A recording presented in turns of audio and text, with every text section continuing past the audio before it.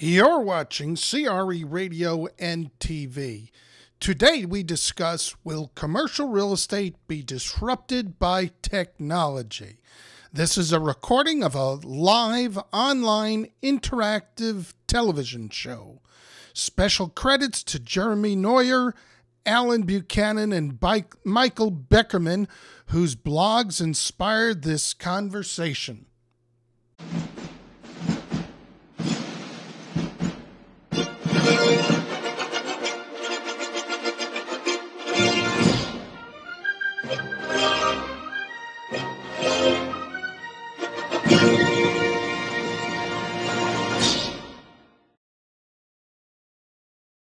At Allen Madkins, when it comes to real estate, we help clients capitalize on opportunity.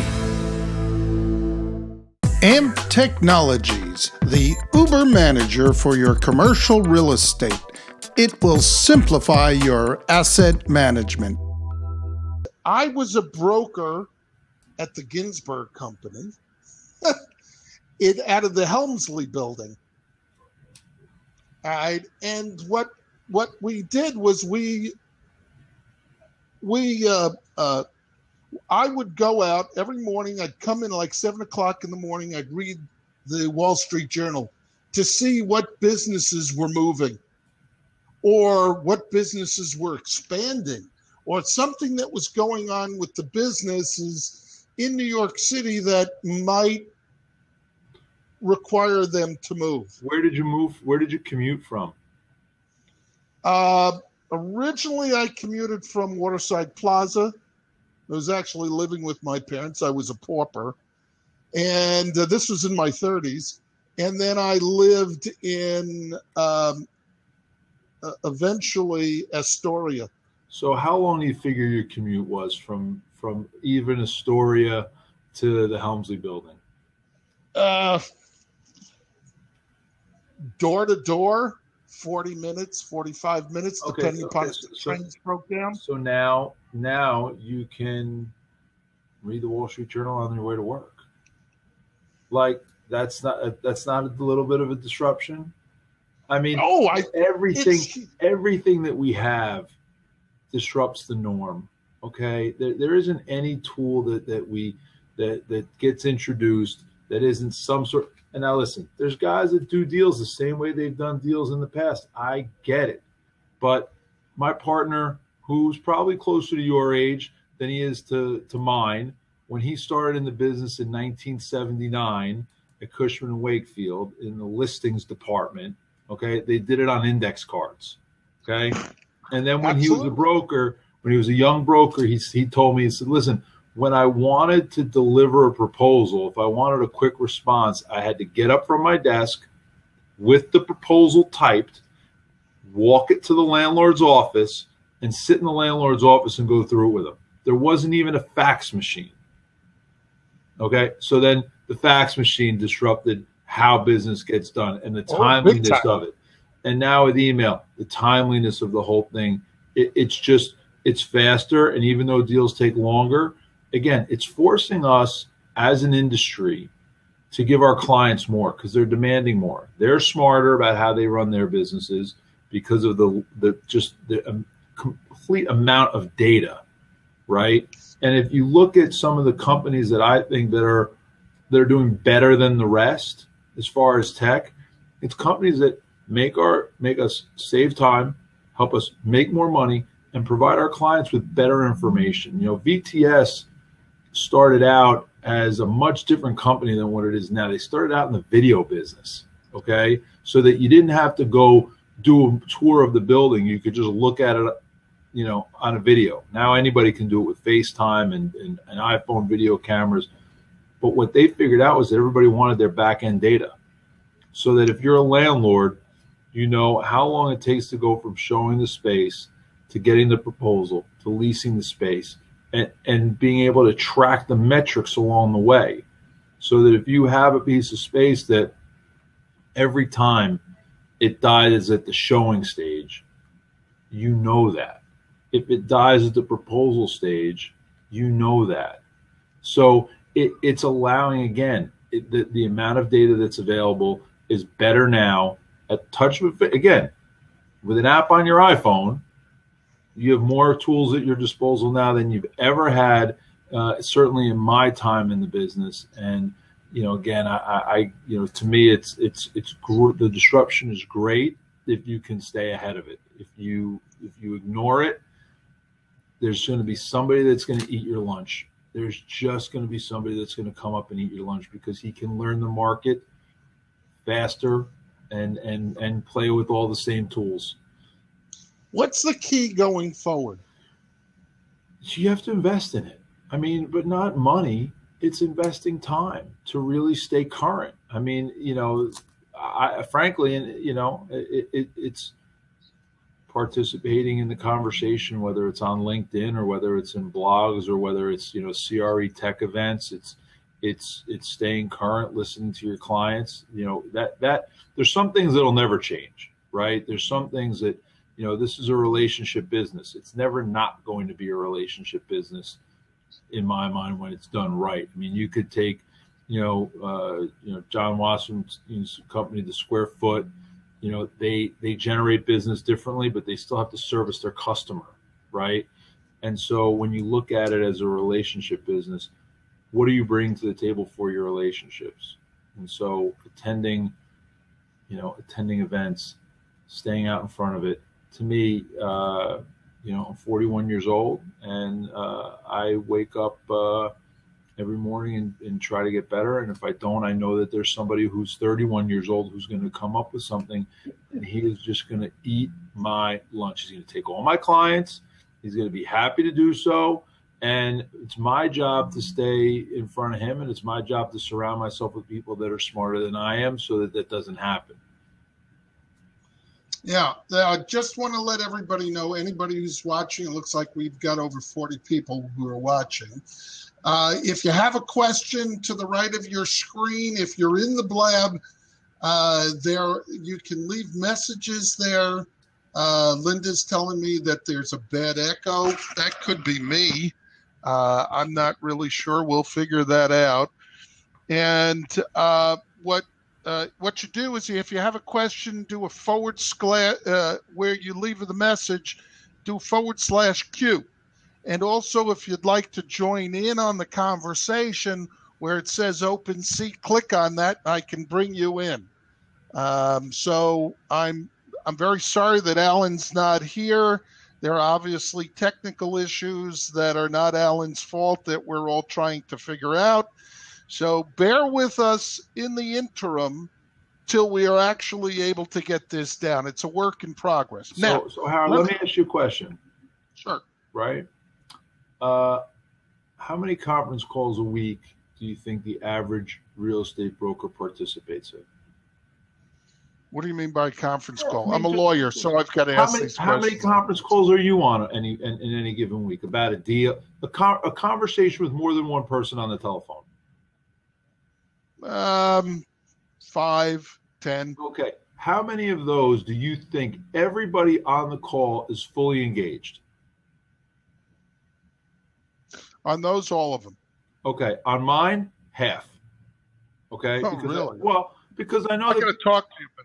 People are people are multitasking, right? I mean, if you're on a call, yes, and I mean fully engaged, you're not answering email, you're not doing other things, you're locked in like we are, right? And so inevitably, the calls take more time because not everybody is keyed in. I mean, in my opinion, right? So if all the calls in 10 years are video chats, could happen in 2, could happen in 1. We could all be on calls like this where everybody's looking at each other and you're held accountable to actually participating in the call. Well, you don't need to be on, get out. Yeah, no, absolutely. That's the way it's going to be. Linda, can you hear or see us? Yes, I can, and I wanted to just do it to make sure it worked. Yeah, it's working. Alan's having a tough time. We were fine yesterday. Yeah, I couldn't tell you. Well, he was out of his house using the iPad. The iPhone may be less of a problem in terms of portals or and not only that, he was able to work it out of his office using his iPad, but I suspect he was on wireless, and his wireless connection in the office isn't all that good. Well, I just How's wanted to product be sure the placement was Blab snapping? system worked. That's why I connected. It seems to be working, Yeah. So And Jeremy and I Jeremy never and I met have been, Jeremy, so I wanted to say hi. Hi. yeah, Nice to meet you. Jeremy and I have we've been talking about the disruption that technology can have on CRE, and you being a tech person and part of our tech founders group, I think it would be totally appropriate for you to join in on this conversation. Well, yeah, I wasn't trying to join in it, but I thought maybe there was Why not? something Sure, wrong. yeah, Why why couldn't Alan get on? That kind of thing. I don't want to ruin the show or anything. Why don't you play Allen and you tell us why you think that CRE is not going to be disrupted by tech? As to brokers. Well, when you say, you mean as far as the brokerage industry, the business? However you think. I mean, Allen seems to think that, we're just going to be maybe slight, uncomfortableness here and there. And I don't know, maybe you wanted to play Allen or maybe you wanted to agree with me. I just figured we have you on the phone or on the call. We might as well get your opinion. What do you think? Well, I think that it's such a people business, and I think that it's so every single deal is different. Every building is different. Every owner is different. Every tenant's different. It's so complex that I just don't see how technology could create whatever you would call the systems or procedures or programming or code to address all of that. I don't see that. I mean. And now a word from our sponsors. At Allen Madkins, when it comes to real estate, we help clients capitalize on opportunity. AMP Technologies, the Uber manager for your commercial real estate. It will simplify your asset management. Let me give you for example, right? Pardon? I'm gonna give you for example, okay?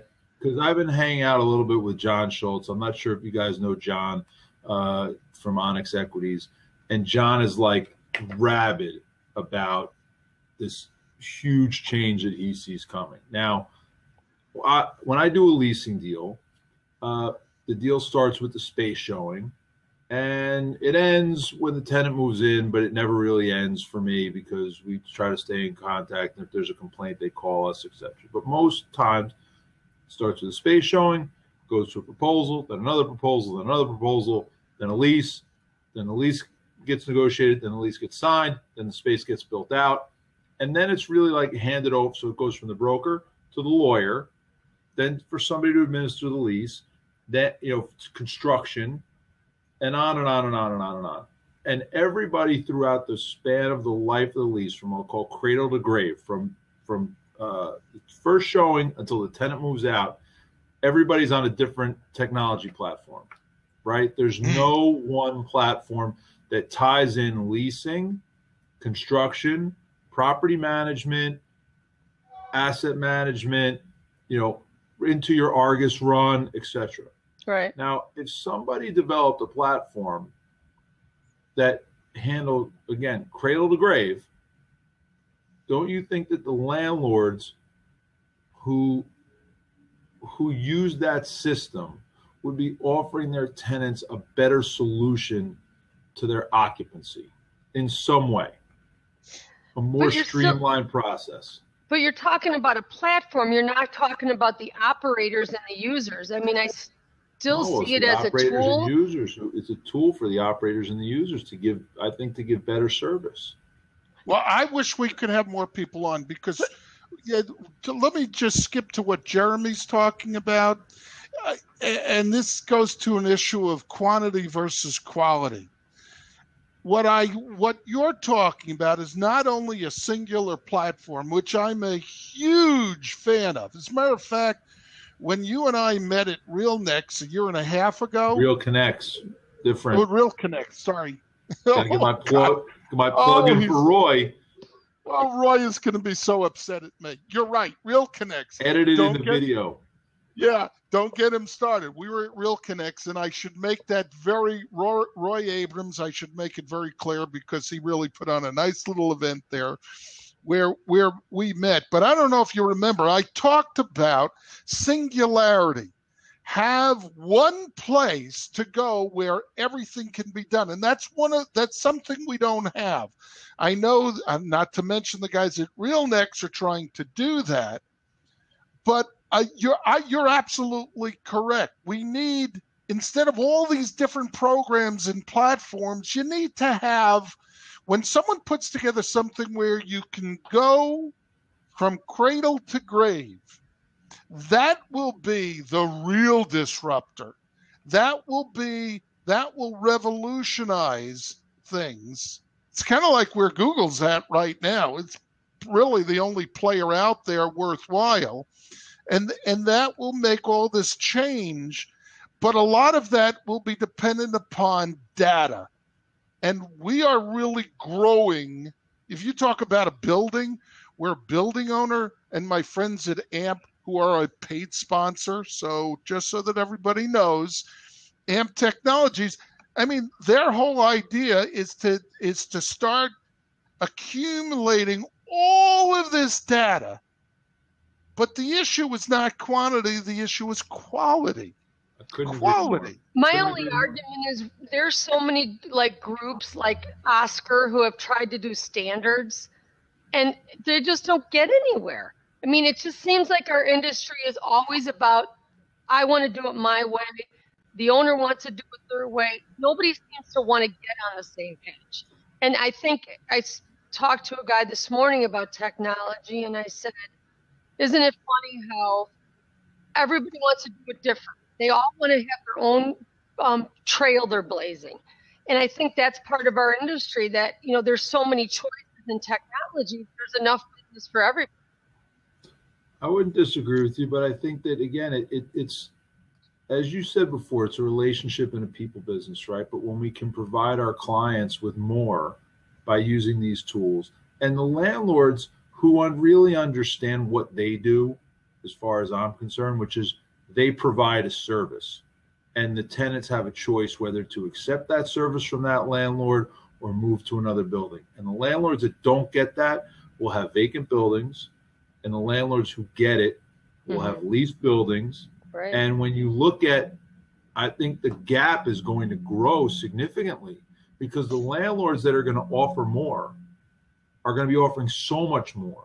And right now, the gap is still small. You know, the good landlords and the bad landlords, at the end of the day, it's still not so dissimilar, right? You know, once you're in, you're kind of in. The property management stinks or the property management's great.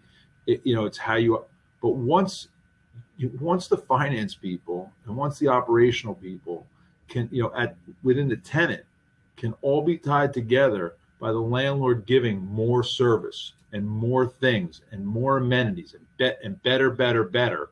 When that gap grows, the bottom is going to go away. It's not, they're not going to cease to exist, but they're not going to exist with the same success that, you know, some landlords, especially in our market, I think are successful in spite of themselves. And I think that we'll see less of that going forward because the landlords who are successful because they try will continue to differentiate themselves higher and higher. Yeah. Well, you know, it's kind of funny you brought something up. I know this isn't related to necessarily the traditional commercial real estate, but in multifamily right now, what's going on is mind-boggling. Do you guys hear about this thing with the Amazon packages? That the buildings are being inundated with so many packages that the residents are getting every day from online shopping, that a lot of these landlords are saying, we are not going to take the packages anymore. I'm like, kidding? That's ridiculous. Seriously? How are you going to do that? I've lived in a high-rise my whole life and love high-rise living and think that's one of the biggest amenities I love about it. But because of technology and online shopping, they're saying they don't have enough room for the packages. They're going to have to figure it out. They're going to come faster and more frequent. You know, talk about a disruption in our lives. I mean, what's going to happen? You know, if you live in an urban environment, you can get your Amazon stuff in a day or in 4 hours, or in, you know, there isn't anything that I wouldn't prefer to buy on Amazon. Very little. So to me, it's a problem that's going to get worse, and we're going to see a big change in our industry. We've seen a big change. We're going to see further change with regard to retail real estate. So forget about that. Right. You know, that's going to be it's going to be more showroom than it is Right. for shopping, right? Like I want to go touch and feel the Apple Watch, right? I want to, Right. I don't need to buy it in the Apple store. I can buy it online and have it shipped Yeah. to me. You know, I can go demo it and then get it wherever. Doesn't It matter. goes back to what you said about the landlords who get it and the landlords who don't. And I thought if you told me that I had to manage multifamily, that would be the number one thing I would say. I'd say, bring all the packages you want. I'd figure out a way to store those packages for those residents like crazy.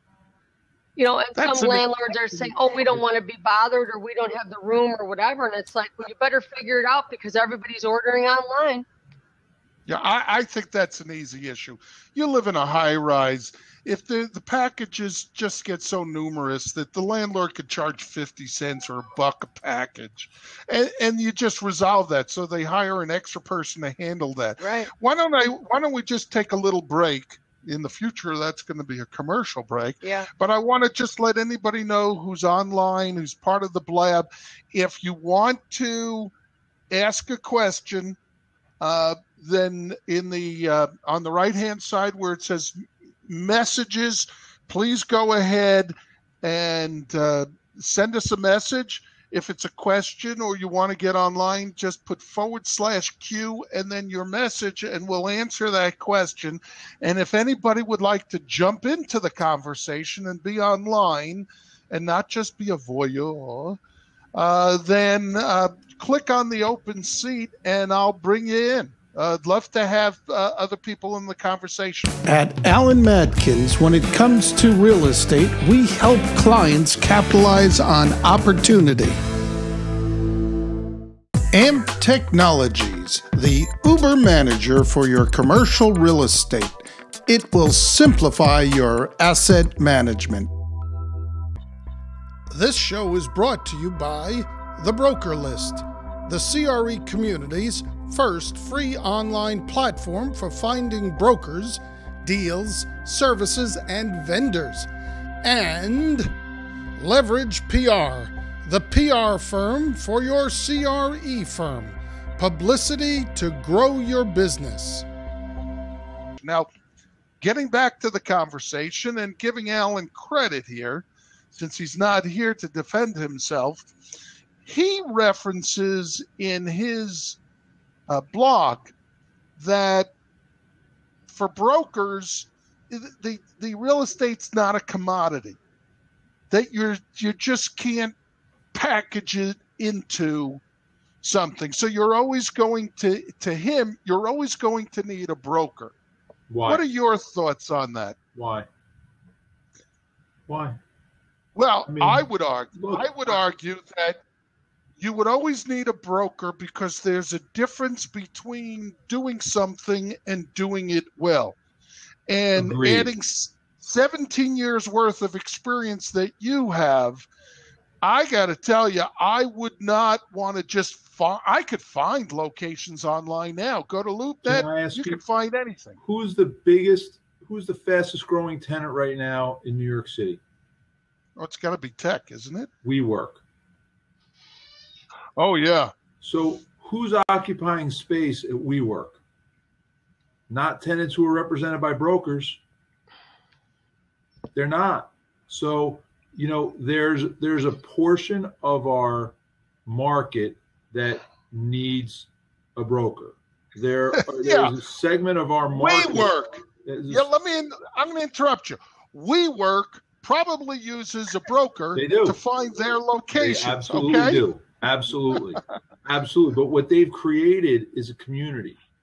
And when you go on their website, for them, it's about community and it's about the experience. So when you look at, there's a segment of our economy and a segment of our tenant structure that doesn't need it. And when you consider the changing workforce and you say that, by 2020, 60% of the workforce is going to be independent contractor, and with the mobility tools that there are now, and shrinking of office space and less personal space, yeah, there's always going to be a need for a broker. And when I say a broker, I mean like a thoughtful real estate consultant, right? Not somebody who's what I would call like, just a square foot peddler or who's chucking space. You think this will work? There'll be, again, that same disparity between the people who offer, thoughtful advice versus the people who are just trying to make a deal. But there are plenty of tenants in our market that do not need or want a broker. They're just happy to go and they're happy to pay what they're going to pay. There's transparency in the WeWork model. There's transparency in Regis a little bit, considering that in my mind, like if you call them and ask them for a better price, they just give it to you. But at the end of the day, there are people who just want what they want and they want it now. And they're not as concerned because it's smaller space, it's condensed, and it's fast, and it's convenient, and it's not long-term. It's a short-term commitment. Get me in, get me out. And I don't need a broker for that. What do I need a broker for? A pivot desk. Look at those guys. One desk at a time, one day at a time. No. Jeremy, you're absolutely. There's a segment that doesn't need the knowledge and the expertise and the services of a real estate broker, very similar to a lawyer. I will tell you that as a lawyer, in order for me to make money, I can't service small tenants. So I've got a small tenant who comes to me and says, I'm renting 1,000 square feet and the landlord just gave me a 35-page lease. I have to turn it down. Only 35? Because I have to. Well, you're in New York City. That's 65.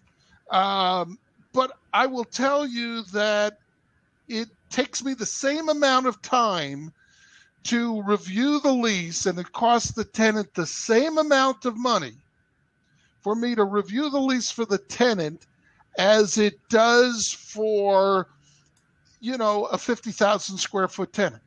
Well, we say that it takes more time to represent a 2,000 square foot tenant than it does a 20 because the 2,000 square foot tenant never does it.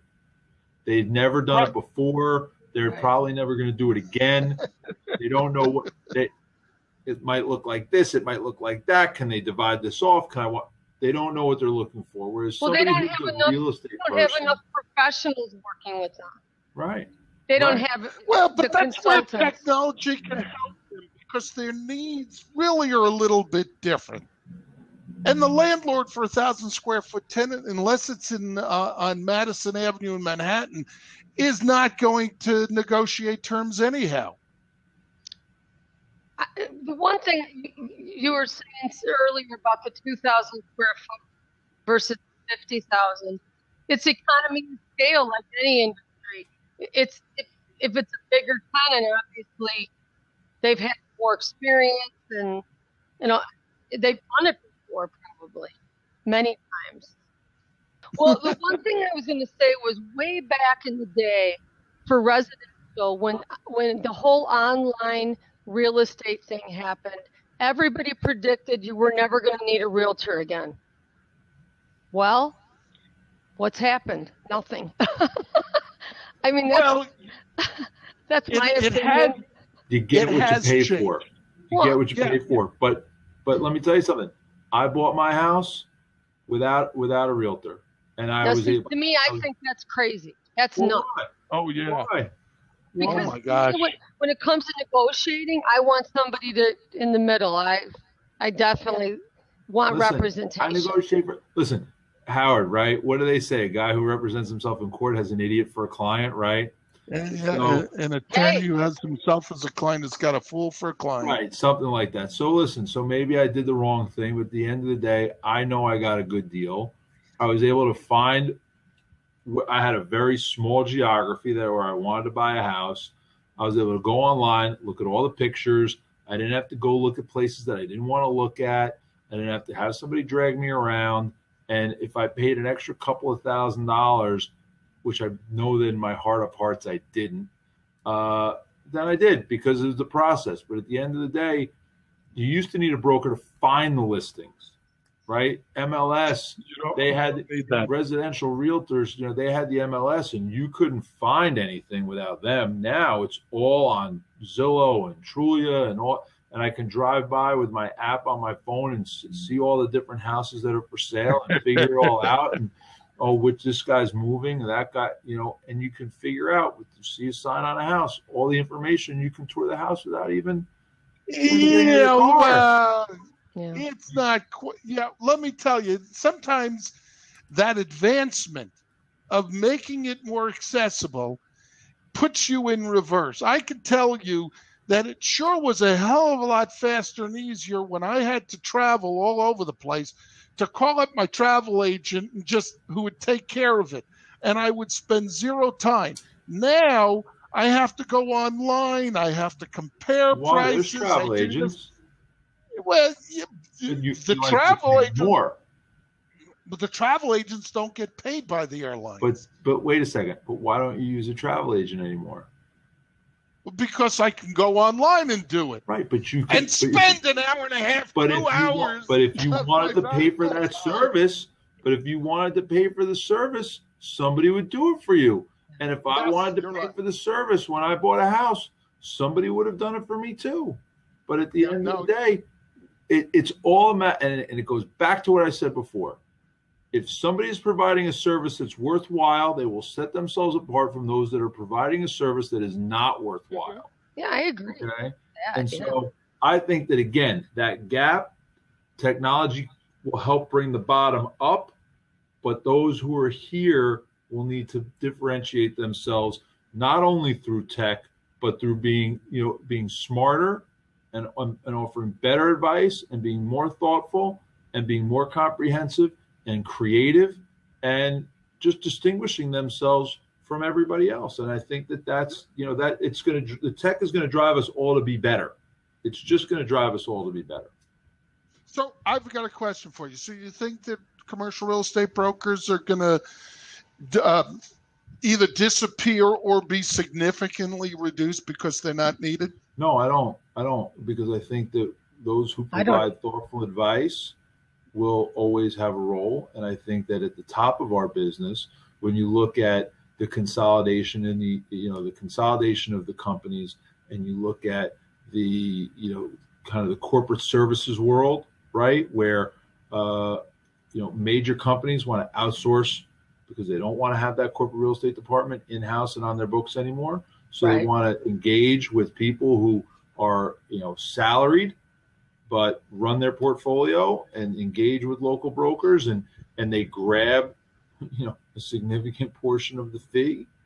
I think that there'll always be a need for our service because you can't be everywhere and everything to everybody. And at the end of the day, we run a process.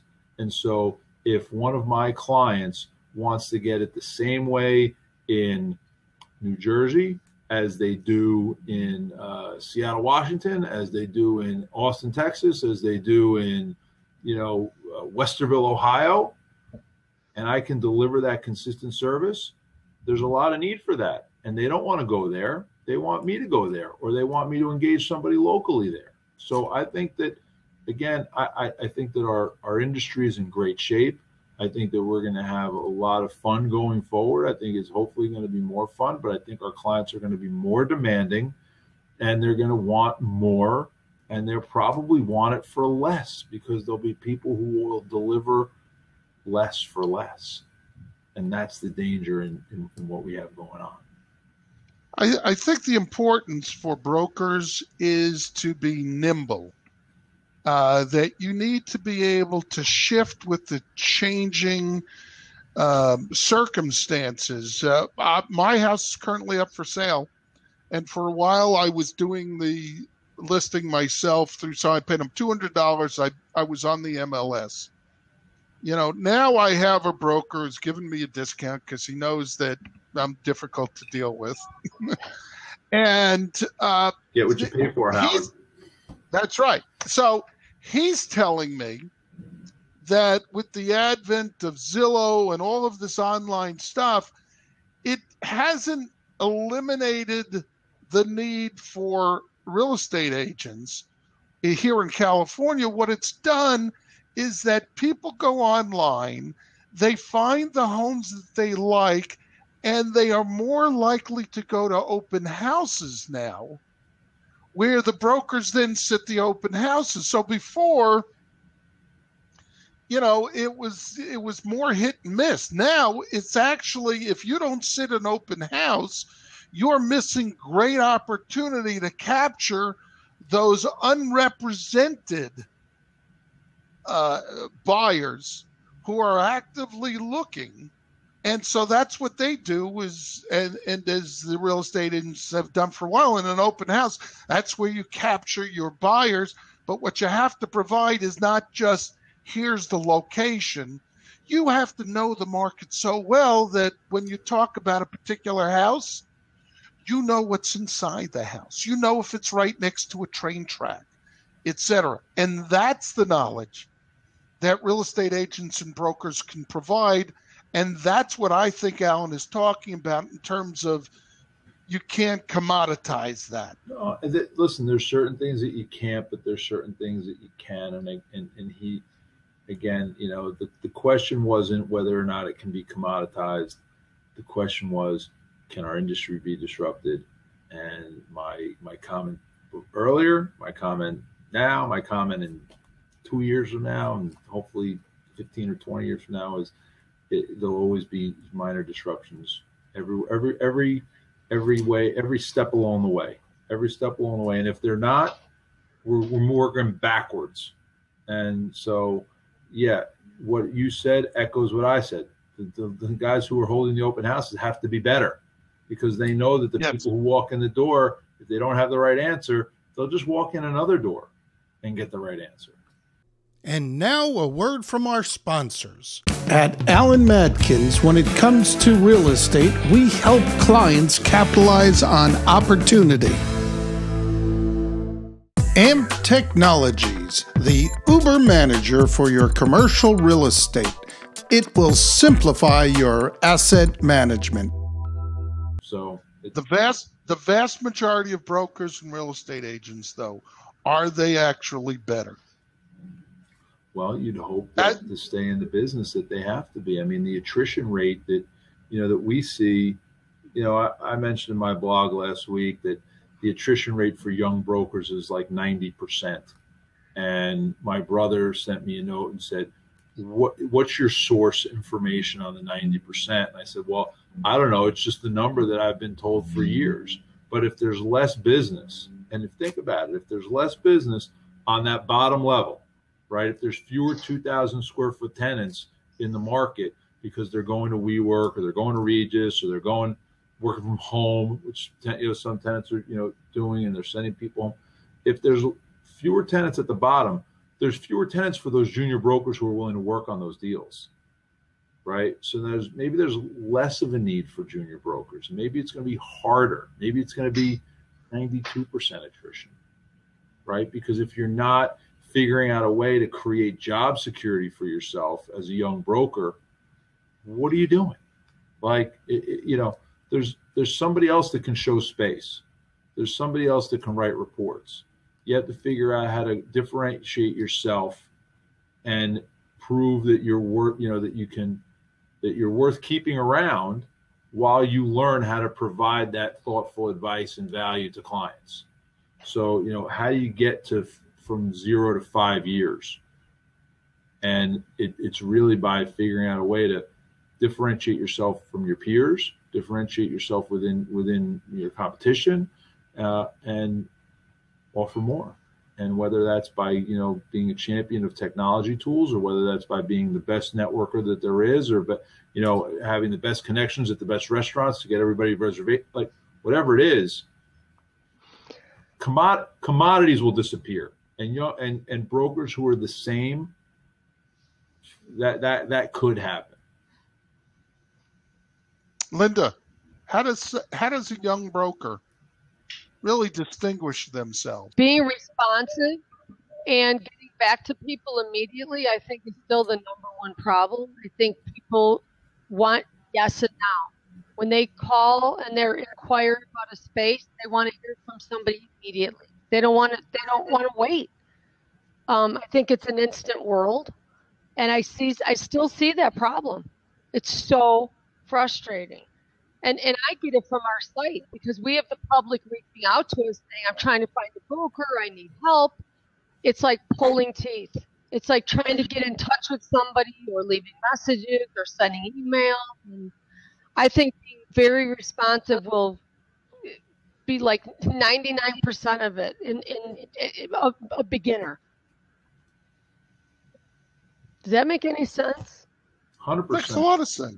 Yeah, makes a lot of sense. And I think that's the biggest problem I see. Lack of responsiveness, no sense of urgency. I think if you're a beginner and you learn that, I think you'll be 99% there. Because the rest of it you can learn. But I think being responsive. I think they'll have an easier time. Pardon? I think the junior brokers have an easier time with being responsive because they're so, it's a fast food. They've grown up in that fast food mentality, right? Like I want it now. Texting is immediate. They didn't grow up Good like point. You write a letter and then you put a stamp on it and Right. then you send it out and you wait for, you check the mailbox every day. Like, it's on the phone. It's now. It's like, hey, you're calling me. I get it. I'm on the phone. I'll text you back. I'll, boom, boom, boom, boom, boom, boom, boom, boom. That's how they grew up. But the people calling them don't know how to text. Right. Some of them don't, but more and more that's do. the problem. But more and more do. I mean, the people who don't know how to text. Listen, my father, who, was one of the first attorneys to figure out how to turn a computer on, but a very late adopter to the iPhone. He prefers to text me now. Like we don't, he doesn't, I know that he wants an immediate response when he texts me. I know that he does not expect an immediate response from me when he emails me. And I know that he's calling me that I should probably try to pick up the phone because he'll leave me a 90-second voicemail. And at the end of it say, I went way too long. I'm sorry. Right. But it's that, it's everybody. And listen, my father's 69 years old. He's not, he's not, he's not a millennial by any stretch of the imagination. He's, right. He's he grew up in Brooklyn, and who would have imagined in Brooklyn in the 1960s that texting would exist? Right. So, Oh my gosh. Right. But again, I go back to the ones that are texting. I agree with you on the texting thing, that fast and all that. But I think there's still a huge gap between who the buyers are or the tenants are versus those young brokers. And you still have that big gap today. We're not all phased out yet. Those of us in our 50s and 60s and even 70s and are still running businesses. Do you text? Yes, of course. Do you Facebook message? I hate it, but I do. I don't like it, Okay. but So the key is the key. Here's what I think the key is, right? We all have to figure out how our clients want to be interacted with. right. Because it's not just, hey, pick up the phone and call me. It's not, hey, just send me an email and I'll get back to you. It's not send me it's figuring out the dance, right? And getting past that initial, kind of feeling each other out period, I think is harder now because it's what's the protocol? How do you want me to call? Do you want me to call you on your cell phone? Do you want me to call you in the office? Do you want me to, and I have clients that reach out to me in every one of those ways that I mentioned: phone call, email, text, Facebook message, you name it. And I just try to give them back what they give me, right? And they make it easy on me if that's how they want to interact. But like trying to figure out with people who are new is hard. Yeah. And I think that, as long as the young brokers listen and figure out what the client wants, because at the end of the day, we got to give them what they want or somebody else will, right? Yeah. So they have to figure out and listen and be nimble in that way, like Howard said. At Allen Madkins, when it comes to real estate, we help clients capitalize on opportunity. AMP Technologies, the Uber manager for your commercial real estate. It will simplify your asset management. This show is brought to you by The Broker List, the CRE community's first free online platform for finding brokers, deals, services, and vendors. And Leverage PR, the PR firm for your CRE firm. Publicity to grow your business.